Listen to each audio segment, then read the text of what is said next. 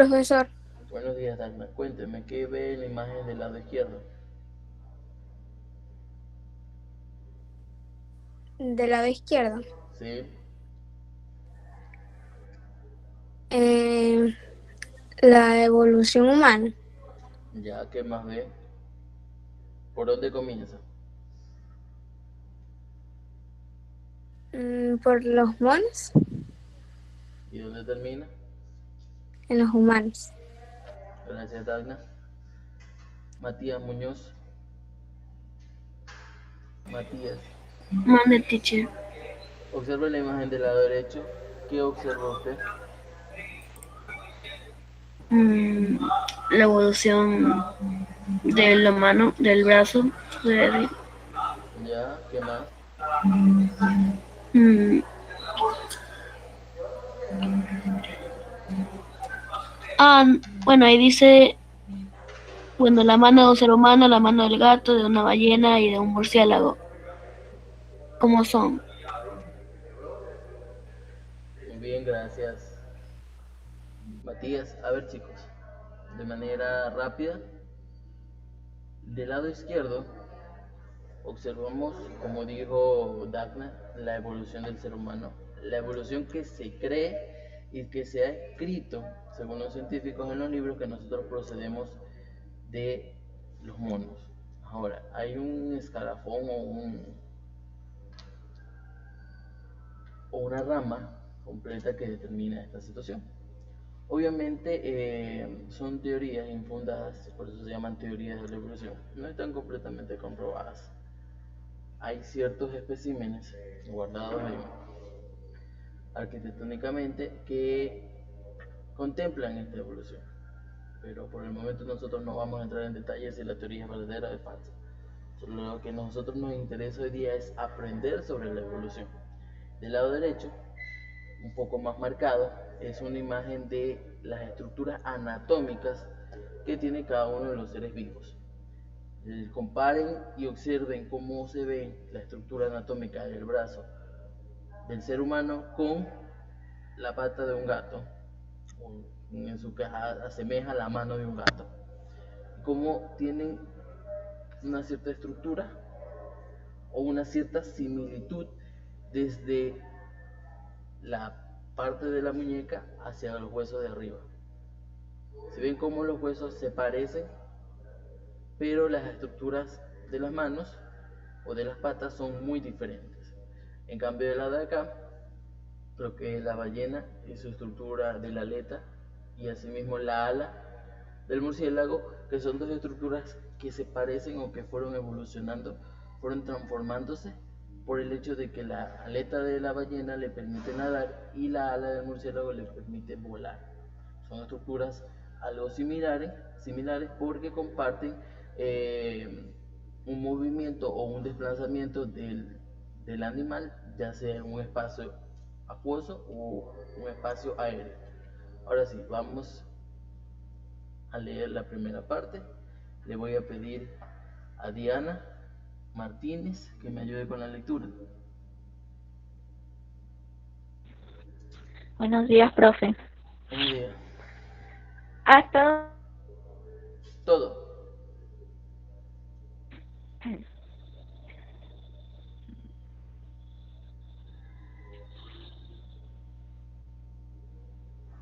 Diana, todo, por favor. Ok. Seguro que todos habéis oído hablar de la evolución. Y seguro que cuando escucháis la palabra evolución se os vienen a la cabeza cosas como monos, fósiles, Darwin o incluso pulgar oponibles. Pero ¿sabemos qué es exactamente la evolución? La evolución es un proceso universal que consiste en el cambio gradual de los seres vivos y del resto de objetos del mundo natural. En efecto, la evolución es algo general que afecta a los animales y a las plantas, pero también a las rocas, los planetas, las estrellas y todo cuanto existe en la naturaleza. Así pues, se podría hablar de una evolución biológica, una evolución geológica e incluso una evolución astronómica. Todos estos procesos requieren normalmente tiempo, mucho tiempo, y por tanto, normalmente no somos capaces de percibirlo, aunque hay algunos casos de evolución en tiempo real, de los que hablaré más abajo. Incluso hay una disciplina de la biología que se llama evolución experimental. Gracias, Diana. Hablamos de aquí, marco puntualmente de qué es lo que nosotros vamos a hablar, la evolución. Nosotros no vamos a hablar de la teoría de Darwin y del proceso de evolución que se conoce a partir de los monos, no. Lo que nosotros necesitamos saber es esta parte primordial, este párrafo. La evolución es un proceso universal que consiste en el cambio gradual de todos los seres vivos que ha existido durante los años que tiene el planeta Tierra. Asimismo, la evolución afecta a todos, animales y plantas, también a rocas, planetas, estrellas, porque todo tiene una naturaleza de cambio, de proceso, de movimiento, de mejoramiento. Así nosotros podemos hablar de evoluciones, diferentes evoluciones: evolución biológica, o sea, evolución de la vida, evolución geológica de la Tierra como tal, y asimismo también de la evolución astronómica. Por eso era mi insistencia en que ustedes descarguen aquella aplicación, porque si ustedes se pudieron dar cuenta, la evolución que tuvieron o que se manifiesta en el juego es unir dos especies idénticas y nace una nueva, y volver a unir dos especies nuevas y nace otra nueva, y nace otra nueva, y otra nueva, y otra nueva, y un proceso de evolución constante o de cambio constante. Comenzaba en una estructura súper pequeña, porque si ustedes pudieron observar, la línea evolutiva o la línea de cambio que tiene el juego muestra el tamaño de cada una de las especies, desde las micras hasta tamaños gigantescos. Ahora, hablamos también en el hecho de que en tiempo real la evolución, vamos a hablar directamente a los estudios o los cambios que se ha obtenido, que se tiene y que se han observado durante el último tiempo. Aunque también en la biología existe una rama, podríamos decir, que se llama evolución experimental. ¿Por qué evolución experimental? Porque se busca y se recopila datos que ayuden con experimentos a descubrir los cambios que han surgido las especies, en este caso los seres vivos, a través del tiempo. Ahora sí, vamos en estas. Lo voy a dividir en dos partes. Joan, por favor, lea hasta aquí. Hasta la selección natural. Sí. Aunque la idea de la evolución tenía precedentes, no fue hasta 1859, con la aparición de la obra El origen de las especies del naturalista británico Charles Darwin, que la idea de la evolución se estableció definitivamente. Darwin recopiló e interpretó un gran número de observaciones y experimentos de muy diversas disciplinas de investigación y los presentó como un argumento irrefutable en favor del hecho de la evolución. Pero Darwin suministró además un mecanismo para explicar las adaptaciones complejas y características de los seres vivos, la relación natural, selección natural. La selección natural. Gracias, Joan. Hablamos netamente del libro, el famoso libro del británico Charles Darwin, El origen de las especies, en el que él observó y experimentó muchas situaciones o muchas interpretaciones dentro de un espacio. Por ejemplo, el científico británico estuvo en las Islas Galápagos, visitó las Islas Galápagos y observó toda la fauna que hay en las Islas Galápagos. Y él instruyó, y gracias a esa observación encontró los datos interesantes para escribir el origen de las especies. ¿Por qué me refiero yo a esto? Porque él observó esto. ¿Sí ven la imagen que está aquí abajo? Por favor, Daniel, dígame, ¿qué es esta imagen? Sobre la evolución genética de un ave. No, así no tal. Le voy a explicar. Esta imagen es la recopilación directamente del libro de Charles Darwin. Es todas las especies diferentes, diversas de aves que encontró en el archipiélago de Galápagos, y que, si usted se da cuenta, y si ustedes todos observan, los picos de cada una de ellas, de cada uno de los especímenes, es diferente. Si ustedes se dan cuenta, cada pico tiene una forma, un tamaño, largo, ancho, muy diferente cada una. ¿Por qué? Ahí vino el dato interesante, o es el dato interesante del libro del origen de las especies, que Charles Darwin se dio cuenta de que las aves, cada cual tenía un pico diferente para un tipo de alimento. Por ejemplo, habían aves que comían mucha fruta, otras que comían muchas plantas, muchos insectos, así. Y cada pico era diferente y se acostumbraba al tipo de alimento al cual ellos estaban acostumbrados a comer. Por eso se denomina, se encuentra esta imagen directamente en el libro del origen de las especies, porque atribuye a la diversidad de especies plumíferas con especies de diversos picos y de diversa alimentación. Ahora también incluye lo que se denomina la selección natural. La selección natural no es más que un proceso normal de la vida normal. Eso no tiene nada que ver con la evolución, es un proceso normal y natural del ambiente, de los ecosistemas, en el cual, ¿qué pasa? Se dice que una frase típica que se escucha es que en un ecosistema el más grande es el que sobrevive por encima del débil, o el más fuerte sobrevive por encima del débil. ¿A qué se refiere esta frase? Al hecho de que los animales más fuertes, o sea, los que cazan su propio alimento, los que trabajan, los que son fuertes, sobreviven más que los débiles. ¿Es una teoría natural o es una interpretación normal sobre el ecosistema y sobre las especies que viven en cualquier ecosistema? Hablemos de en la selva, hablemos de los bosques, hablemos de los manglares. Así que la selección natural no es una teoría de la evolución, sino es un proceso o es una observación completa a lo que sucede a diario en la naturaleza. El más fuerte sobrevive sobre el más débil. Continuemos. Doménica. Leo, Sí, por favor. Desde la pregunta hasta el final. Ya. ¿Qué significó la teoría de la evolución y de la selección natural en el contexto de la biografía del siglo XIX en 1802? El teólogo Paley publica la obra Teología Natural, en donde arguye que el diseño funcional de los organismos evidenciaba la existencia de un creador omnisapiente según el ojo humano, con su delicado diseño, continúa una prueba concluyente de la existencia de Dios.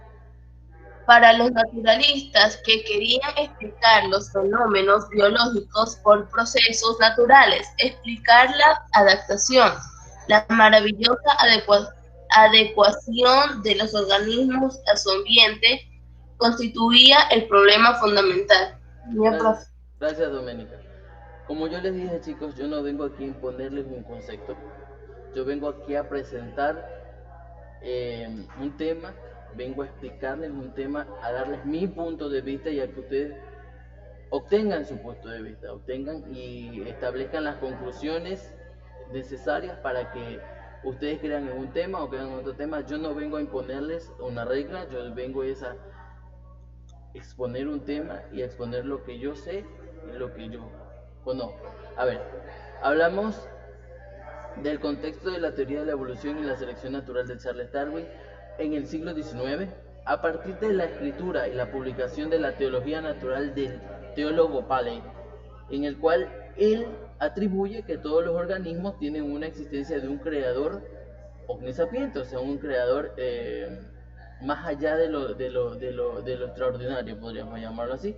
Y a eso que constituía una prueba muy fuerte del teólogo de que la existencia de todos los seres vivos, los seres humanos, parten de la creación de Dios, que es algo que muchas veces entra en mucha controversia, el hecho de que muchas personas están a favor de la teoría de la evolución y otras personas están a favor de el creacionismo, se le denomina. Por eso en el estudio de las ciencias siempre ha habido, desde hace más de 100 años, dos teorías de evolución. Una es la teoría evolucionista y otra es la teoría del creacionismo.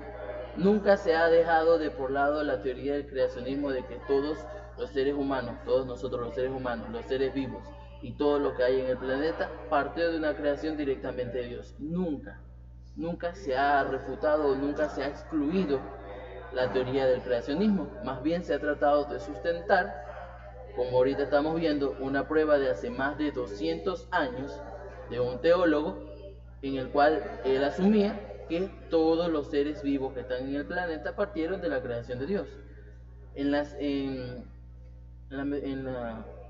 el estudio científico siempre se toman en cuenta, y al menos yo, de mi parte, siempre tomo en cuenta esas dos teorías para poder explicar estos temas.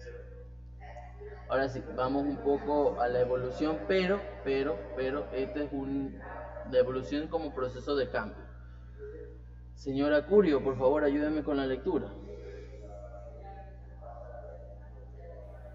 Profe, que se quedó, profe. En la diapositiva, por favor, ahí está, lea desde el principio.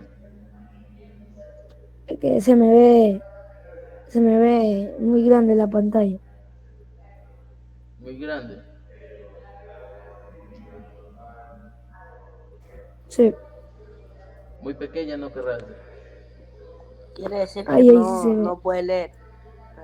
La evolución es un proceso del cambio a partir de la cual se forman nuevas especies basadas en la preexistencia.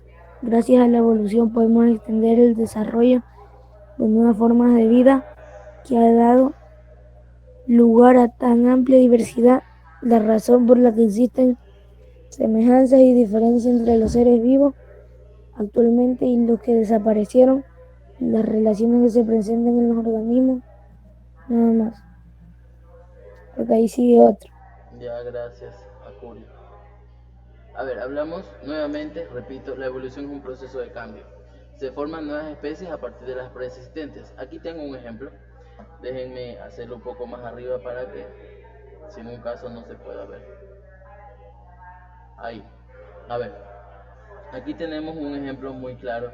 Una de las primeras especies que apareció en el planeta, la denominada Moenterium, junto con los dinosaurios que estuvo apareciendo, evolucionó y generó su cambio hacia un trilofodón. Miren el tamaño y la forma como cambia, trascendentalmente obviamente. Luego este mismo evolucionó, cambió a un Plaevelodon. Miren cómo la forma de la trompa y el color cambió un poco más trascendentalmente. Y luego vino una evolución muy marcada y muy conocida. El mamut, el gran mamut, un mamífero gigantesco con unos cuernos gigantescos y con un peso lo suficientemente gigante, que data de hace 2 millones de años, en la era del hielo, como se le denomina. Y ese mamut generó dos tipos de especies que se conocen en la actualidad. El elefante asiático moderno, este se encuentra en gran parte del continente asiático, y el elefante normal que encontramos en las sabanas africanas. Son dos especies idénticas, y miren cómo ha partido la evolución o cómo ha cambiado de una especie pequeña, porque el Moenterium se ve y se denota que es pequeño, a las especies gigantescas del mamut, que redujo su tamaño hacia los elefantes que conocemos. Ahora, acá planteamos la tan controvertida evolución del ser humano a partir de los monos, con los eslabones que se conocen desde el Australopithecus hasta el Homo sapiens u Homo erectus. Es controvertido, sí, es verdad, pero no hay que negar que hay ciertos rasgos normales, fisiológicos y morfológicos de nosotros los seres humanos y de los monos que se parecen, y que, si no me equivoco,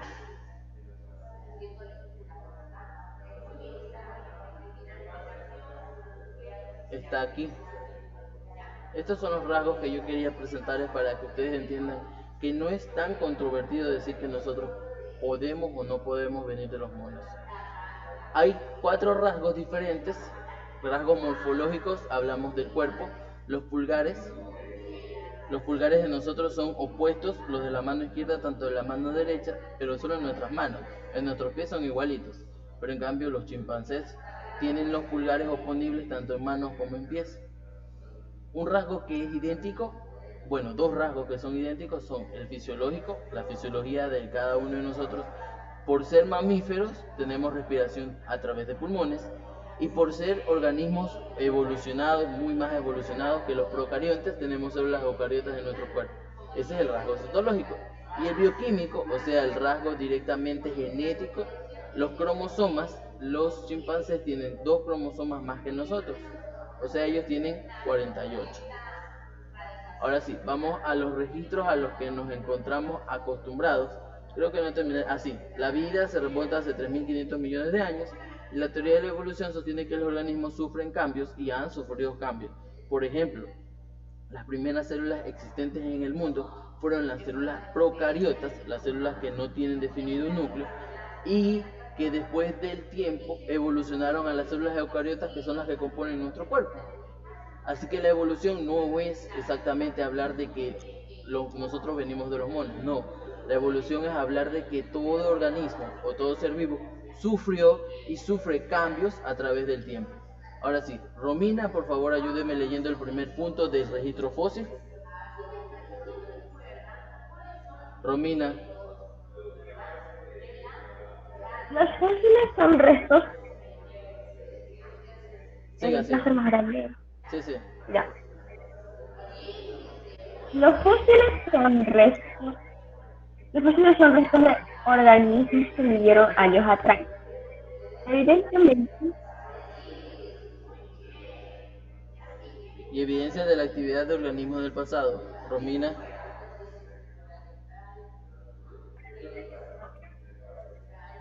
El orden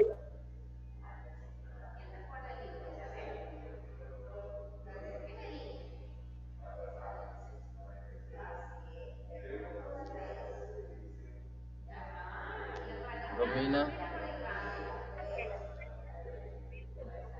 no sé, como que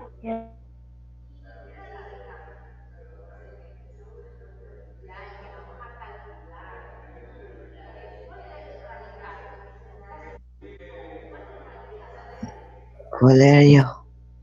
Sí, por favor. Ok.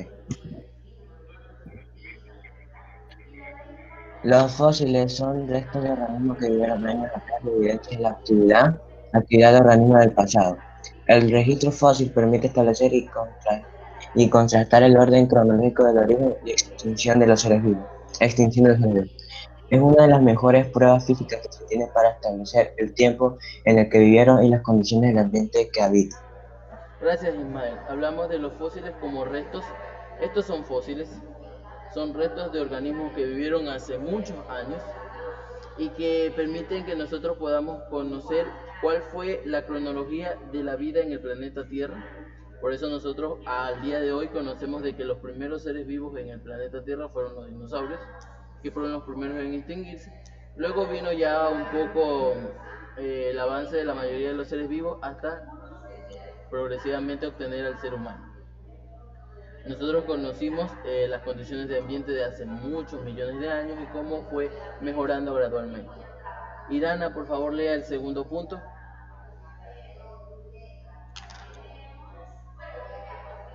Irana. Buenos días, profe. Buenos días. Lea el segundo punto. Los paleontólogos han permitido abrir una ventana al pasado con la recreación de estos ambientes. Los fósiles se encuentran en rocas sedimentarias para su formación y se han requerido condiciones muy especiales. Normalmente tienen mayor probabilidad de fosiliarse aquellos seres vivos con partes duras que aquellos con partes blancas, pues los restos de los organismos deben enterrarse y quedar aislados de las condiciones naturales. que se descomponen de materia orgánica y de la humedad y de la temperatura. Gracias, Irana. Hablamos de los científicos, los paleontólogos, que hicieron recreaciones de ambientes donde estaban encontrados la mayoría de las especies de hace millones de años. Asimismo, requirieron de condiciones especiales donde tengan una mayor probabilidad de fosilización, o sea, de que se puedan obtener de esta manera con partes duras, o a veces hay muchas partes blandas de la mayoría de los seres vivos. Asimismo, todos tienen condiciones naturales donde están con materia orgánica, con humedad y con temperatura. Existen evidencias fósiles muy importantes como la fauna de Ediacara, un registro del precámbrico que muestra la existencia de la vida pluricelular. La fauna de Burgess Shell, un registro del Cámbrico en el que se observan casi todas las formas de vida invertebradas de la actualidad. Estos son registros de paleontólogos de hace mucho tiempo. Chicos, hagan preguntas, por favor. Por favor, pregunten. Ahora sí. Señor Villalba, por favor, ayúdeme con la cronología de la evolución, o la cronología de los cambios. Señor Villalba. Alba, Terán. Leo, Sí, por favor. cronología de 7 momentos estelares de la evolución. ¿Qué nos enseña el registro fósil sobre la historia de la vida sobre la Tierra? Es una de la lista de los acontecimientos más importantes. Origen de la célula procariota, 3600.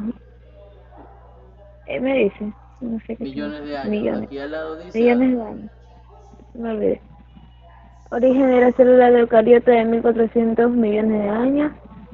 Origen de la fauna de animales pluricelulares de 650 millones de años.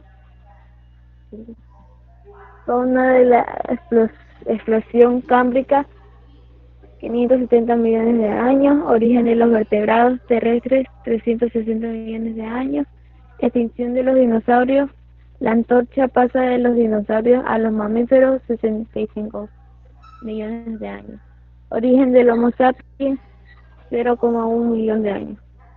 Gracias, Alba. Hablamos de 7 momentos en donde hubo una evolución o hubo un cambio.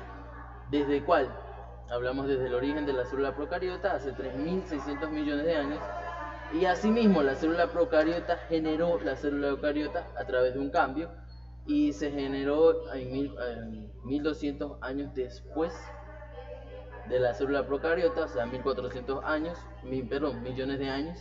Luego, el tercer momento es el origen de la fauna de animales pluricelulares. Ya teniendo la célula eucariota podíamos tener animales pluricelulares, pero de tamaño pequeño todavía, hace 650 millones de años. Luego, un aumento de la fauna de la explosión cámbrica. La explosión cámbrica es un momento o un tiempo de la era antigua, fue 570 millones de años. Luego, miren, al quinto punto ya tenemos vertebrados terrestres, o sea, por ejemplo, los mamíferos, reptiles, entre otros, 360 millones de años, y ahí vino la famosa extinción de los dinosaurios. Y aquí se denomina la antorcha, o sea, el proceso o la rama de cambio pasa de la evolución de los dinosaurios a los mamíferos. O sea, hay una conexión entre los reptiles y los mamíferos que data de 65 millones de años. Y ahí viene, a partir de los mamíferos, el origen del Homo sapiens, 0.1 millones de años.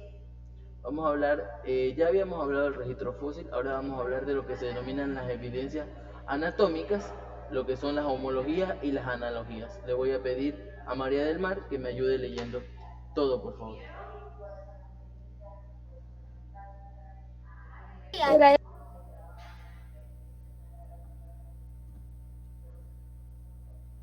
María del Mar.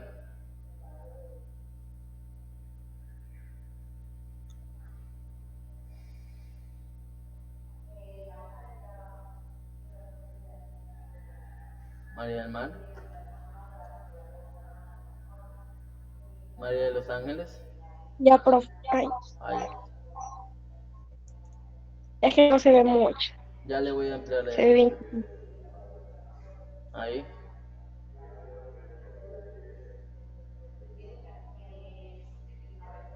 Ya. ¿Cuánto comparamos el esqueleto de un caballo, de un delfín y de un ser humano? Encontramos que son muy similares.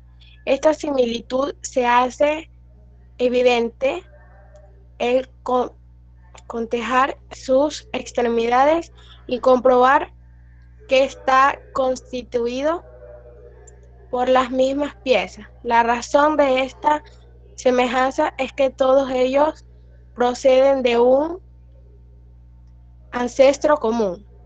¿Sigo leyendo? Sí. Son estructurales homólogas, aquellas que tienen un mismo origen que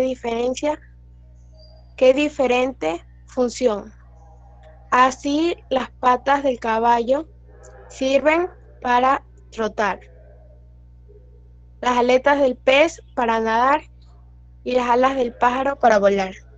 Aunque tienen el mismo patrón arquitectónico, su función es diferente. También hay estructuras que cumplen una misma función, pero que provienen de ancestros diferentes. Es el caso de las estructuras análogas. Las alas de un ave y de un insecto tienen origen diferente, pero por presiones similares de selecciones desempeñan una misma función, lo cual indica adaptaciones al lugar en la que viven. Muchas gracias. A ver, hablamos ahorita sí de estructuras. Si comparamos o si hemos visto a través del tiempo los esqueletos de los seres humanos con los de los animales, son muy diferentes, ¿verdad? Asimismo, hay ciertas similitudes en las extremidades, como al principio yo les había mostrado imágenes de la estructura de la pata de un gato, de nuestras manos, la ala de una ballena, la aleta, perdón, de una ballena y la ala de un murciélago. Así aquí ya les puedo explicar de una mejor manera estructuras homólogas. Homólogas significa similares, que tienen un mismo origen pero diferente función, que están aquí. El delfín, una aleta, y el murciélago, una ala que le permite al uno volar y al otro nadar. Por eso les decía, compartían una similitud porque se utilizan en espacios tanto que ninguno de los dos son terrestres. Ojo, el delfín está en un espacio acuático y el murciélago está en un espacio aéreo. Asimismo, tenemos las estructuras análogas que vinieron de un ancestro similar, pero tienen orígenes, que tienen orígenes diferentes, pero que tienen el mismo uso. Las mariposas y las aves tienen ancestros diferentes y ambas estructuras, las alas de la mariposa y las alas de las aves, son diferentes, cumplen una misma función. Por eso son adaptaciones que han sufrido las especies animales a través del tiempo y que comparten una cierta similitud por ser análogas o homólogas. Homólogas son similares, análogas son funciones similares pero de ancestros diferentes. Pregunten chicos, hagan las preguntas que deseen. Es mejor preguntar ahora. Bueno, vamos a ver las de el desarrollo o las evidencias de desarrollo, se llama la embriología comparativa. Le voy a pedir al señor Valverde que me ayude con la lectura.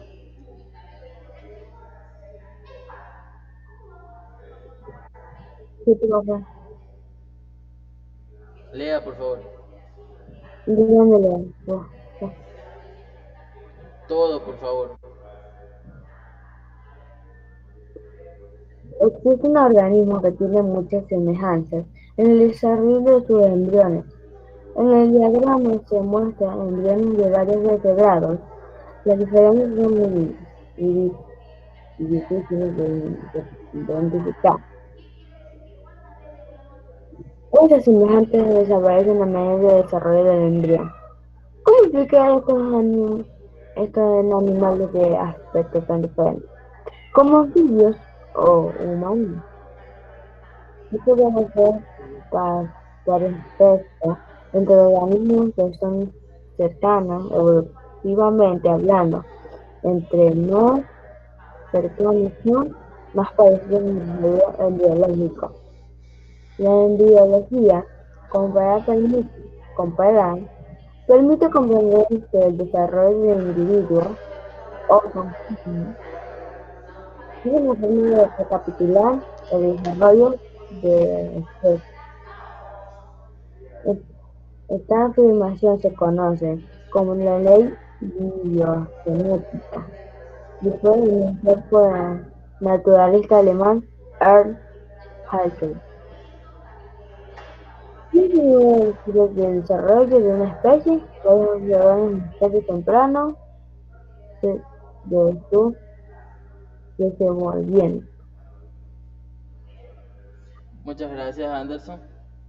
Hablamos de los organismos diversos que hay en el planeta Tierra y desde su embriología. Por ejemplo, aquí en la imagen yo les he presentado una comparación de varios embriones de los 5 tipos de especies animales. Si ustedes se dan cuenta, en el comienzo de todas las embriologías o de todas las especies animales, de todos los animales, ¿se parecen o no se parecen todas las primeras estructuras? Todas Sí se parecen. ¿Verdad que se parecen casi todas? Todas tienen un rabito y una cabeza que se parece casi todas. Solo la panza es una más grande que la otra, pero se parecen, ¿verdad? A eso me refiero con la embriología comparada, de que comparan los embriones desde el principio de todas las 5 grandes especies animales y tienen muchas similitudes en ciertos rasgos, pero, si ustedes se dan cuenta, hasta llegar a la última parte ya sufren muchos cambios. Por ejemplo, entre el pez y el anfibio se le mantiene la cola y hay ciertos rasgos como las aletas y las cabezas que se hacen. Y por ejemplo, de los reptiles y las aves, la cola del ave es más chiquita, el del reptil es un poco más larga, y ya se notan las alas de las aves, los brazos de los reptiles. Y aquí tenemos un bebé. ¿Sí ven cómo se denota? ¿Sí ven cómo se parecen bastante las embriologías? A eso es lo que nosotros queremos llegar, a denotar lo que normalmente está en la naturaleza. Nosotros no queremos ponernos en debate o hablar de que no, la evolución es desde que nosotros venimos los monos, no. O que es que el hecho de que Dios nos creó, no. Nosotros no nos vamos a poner a debatir o a comparar esas dos teorías. Nosotros vamos a aprender y estamos aprendiendo de lo que se encuentra en la vida y de lo que se encuentra en la naturaleza, lo que está en este momento y que tenemos al alcance de la mano, y que obviamente son cosas que pudieron venir de Dios, pudieron venir de la evolución, de lo que sea, pero que están, que las tenemos al alcance. Ahora, aquí hablamos del desarrollo del individuo, la ontogenia, que es una forma de recapitular el desarrollo de la especie, la filogenia, y la ley biogenética. Se conoce la ley biogenética por el alemán Ernst Haeckel, y quien señaló que la historia del desarrollo de una especie puede observarse en los estadios tempranos del desenvolvimiento. Estos momentos del embrión se denominan estadios. Continuamos ahora con las evidencias moleculares, que son la comparación de los segmentos de ADN.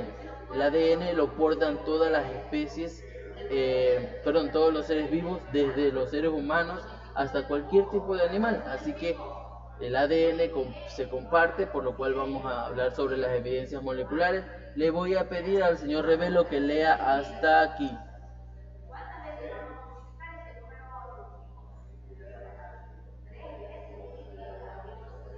Señor Revelo. Buenos días, profesor. Lea.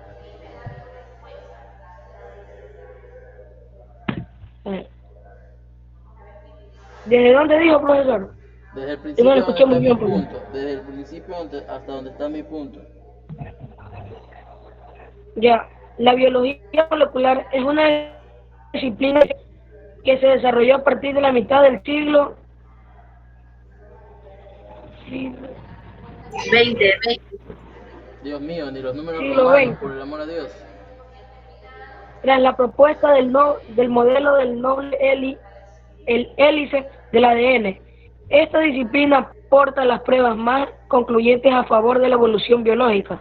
Comparar secuencias a favor de la evolución, comparar secuencias de ADN de dos especies o secuencias de aminoácidos de proteínas resulta un buen método para determinar su parentesco. Cuantas más diferencias se detecten, más lejos en el tiempo que encontrará su ancestro común. Gracias.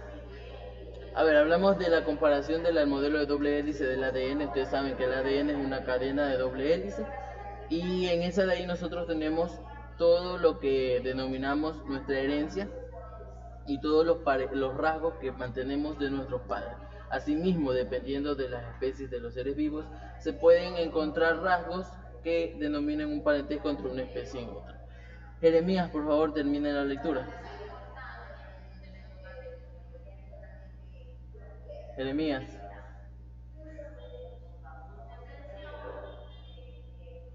Jeremías Castañeda. Perdón, no me di cuenta de que tenía silenciado el micrófono. Ya, continúe. Esta evidencia molecular es de gran importancia en la actualidad para formular diagramas de clasificación de las especies. Las comparaciones de segmentos de ADN permiten construir filogenias basadas en la clasificación natural de las especies, es decir, que atienden el parentesco evolutivo que hay entre ellas. La genómica es la rama que se encarga de comparar segmentos de ADN entre especies para establecer el porcentaje de similitud y con ello relaciones de parentesco entre las especies. ¿Por dónde va? Por la parte de parentesco entre las especies, ahí más abajo. Ah, ya. Esto permite reconstruir la historia evolutiva de los grupos orgánicos. Gracias, Jeremías. A ver, les voy a pedir primero que observen la imagen que está del lado derecho y díganme en qué se parecen estos cuadros. No, así no es la pregunta. ¿Qué colores de estos cuadros se repiten? Vean bien. Vean bien. El amarillo. Ya, ¿cuál amarillo? Aquí veo un amarillo. Acá veo otro amarillo. ¿Qué otro color se repite? La respuesta está muy bien. ¿Qué otro color? Hay muchos colores. Los rojos de la izquierda y el verde. Muy bien. El verde. Muy bien. El verde. El verde. El azul. El azul. Muy bien. El azul rojo. Muy bien, exacto. Si vieron que hay muchas combinaciones de colores que hacen y que atribuyen que los seres humanos tengan una comparación o tengan una línea de parentesco entre con los chimpancés y con los orangutanes. Estas líneas, 8 líneas rojas de ADN más las 2, todas estas líneas de aquí, todas estas verdes de aquí, estas rojas de aquí, y aquí hay un par de verdes y aquí hay unas amarillas. Si vieron cómo los rasgos o las comparaciones de ADN tienen similitudes por parentesco. La teoría de la evolución no nació así de la nada, de decir, no, nosotros venimos de los monos y nada más. No, hay muchas cosas que los científicos atribuyen a que nosotros compartimos un pequeño conexo con especies de simios como los chimpancés o como los orangutanes. No quiere decir que nosotros somos familia directamente con ellos, solo compartimos una similitud, nada más. No quiere decir que somos directamente familias. No van a decir después, van luego y van a decirle a sus papitos, el profesor dijo que nosotros somos familia de los monos, porque son capaces de decir eso. Nosotros compartimos similitudes, nosotros compartimos rasgos. No quiere decir que nosotros somos directamente familia, solo son rasgos nada más. La investigación científica atribuye ciertas situaciones y ciertos momentos que ayudan a explicar muchas cosas que no podemos explicar normalmente en la vida. Por eso es estas comparaciones, por eso se realizan esas comparaciones. Vamos a continuar. El último tema es las evidencias geográficas, la biogeografía. Le voy a pedir Señor Kunalata, por favor, ayúdeme con la lectura.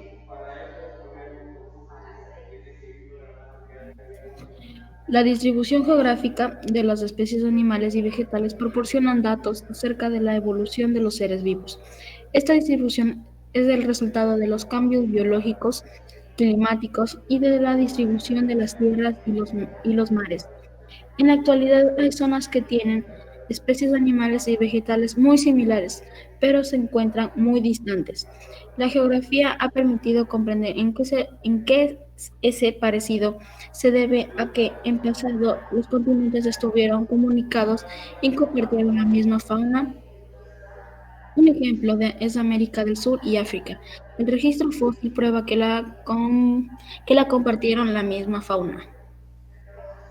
Muy bien, gracias. Hablamos de una situación biogeográfica. La biogeografía no es más que el estudio de los movimientos de ciertas especies en diferentes continentes del mundo, lo que se denomina la distribución. Asimismo, se dice que la biogeografía ha ayudado a que nosotros podamos entender los parecidos que hay de los continentes con ciertas faunas o ciertos animales, por ejemplo, en América del Sur y África, con ciertos registros fósiles. Por ejemplo, las imágenes, es una sola imagen la que tengo aquí, la otra traté de unir, pero vamos a comenzar de la imagen del lado izquierdo. Por ejemplo, en el norte de América tenemos lo que son los lobos, en la zona de México, bisonte, en la zona este de América del Sur, los monos araña, osos hormigueros, ñandú y las llamas. Las llamas, recuerden que también están aquí en el país, son una especie que están aquí en el país y están acostumbradas a los climas fríos. Por ejemplo, está en la zona de Chile, que es junto a Argentina, tienen un clima frío bastante fuerte. En la zona de Europa, que está acá arriba, tenemos el bisonte europeo. Si vieron como comparte una especie de bisonte que está en México en Europa, y le da nombre bisonte europeo propio de esa zona, pero que es como un movimiento del bisonte hacia otro continente, como quien dice una migración. Y acá tenemos lo que es el lobo que es parte de América del Norte y que se encuentra en Europa. Y de aquí venimos una especie denominada el camello, y que en el norte de África hay especies de camellos denominadas dromedarios y que tienen un parentesco, pero que están en diferentes continentes. De ahí viene el cerdo hormiguero, que es muy diferente al oso hormiguero, pero que como que podemos decir son familias, tienen un parentesco, y emigró una especie a la otra, no sabemos cuál emigró a cuál continente, pero que están ahí. Al final o al sur de África tenemos los avestruces, y en lo que se denomina la isla de Madagascar, los lémur. Del lado de Oceanía, el lemur. Asimismo, esta imagen determina los registros fósiles, por ejemplo, del Triásico, que es este color, se movieron de Sudamérica a África. De ahí tenemos este cafecito, los fósiles de reptiles del Triásico se movieron desde la Antártica hacia la India, tuvieron un movimiento así. Los fósiles de helechos, o sea de plantas, se movieron desde Australia pasando por la Antártica hasta llegar a Sudamérica. Los registros fósiles de los reptiles dulce acuícola movieron entre Sudamérica y África. Si vieron cómo lo que se denominaba la totalidad de la unión de todos los continentes, la Pangea, tuvieron los movimientos de muchas especies. Chicos, hasta ahí, ¿preguntas al respecto? Chicos, pregunten ahora. Bueno, vamos a ver un video.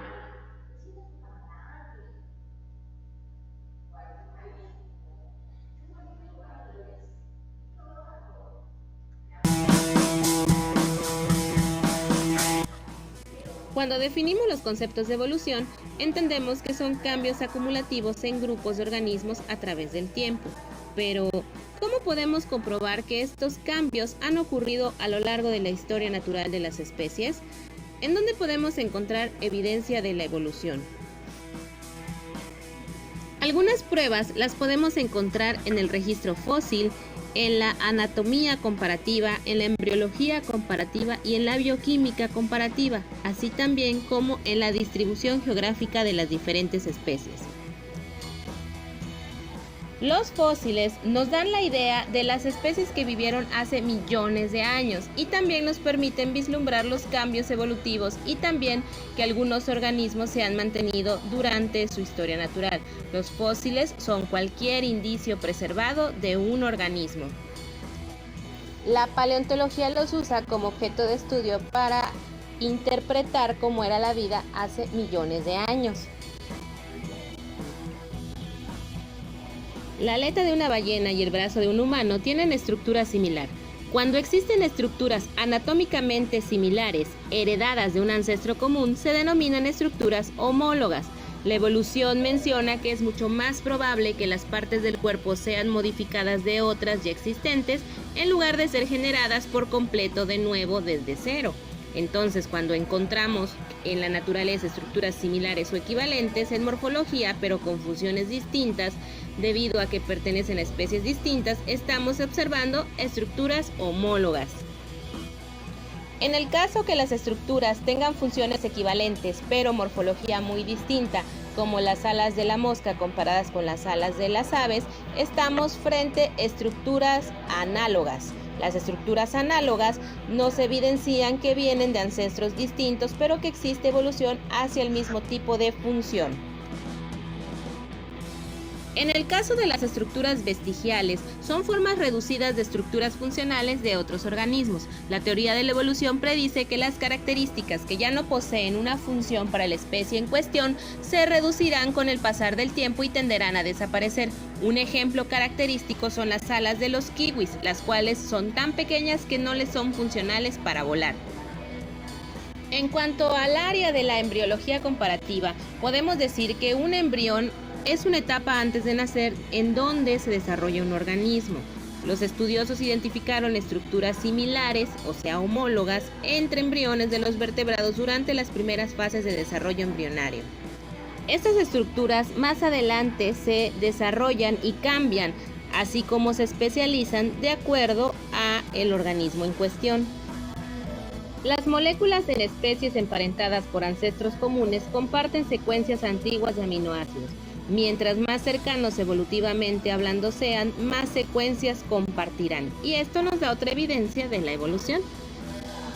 La evolución se relaciona íntimamente con el clima y las fuerzas geológicas, especialmente la tectónica de placas, ya que ayudan a explicar muchas de las interrelaciones entre ancestros y cómo están distribuidas en el espacio las especies, tanto vivientes como fósiles.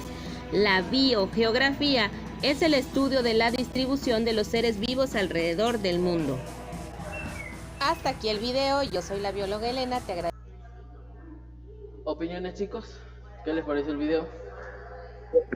Yo, profe, yo de que Bien. lo entendí acerca de los fósiles que vivían hace millones de años. A ver, Justin, ahorita sí hable, que uno a la vez va a hablar, por favor. Justin.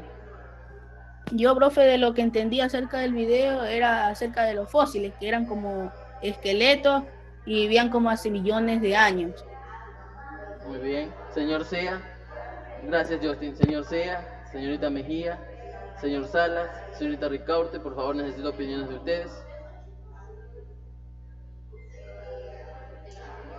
¿Ninguno? Muy bien. Gracias. Señor Valverde, ¿va a decirme algo más? No tenía. Muy bien, chicos. A ver, eso es todo lo que les puedo presentar.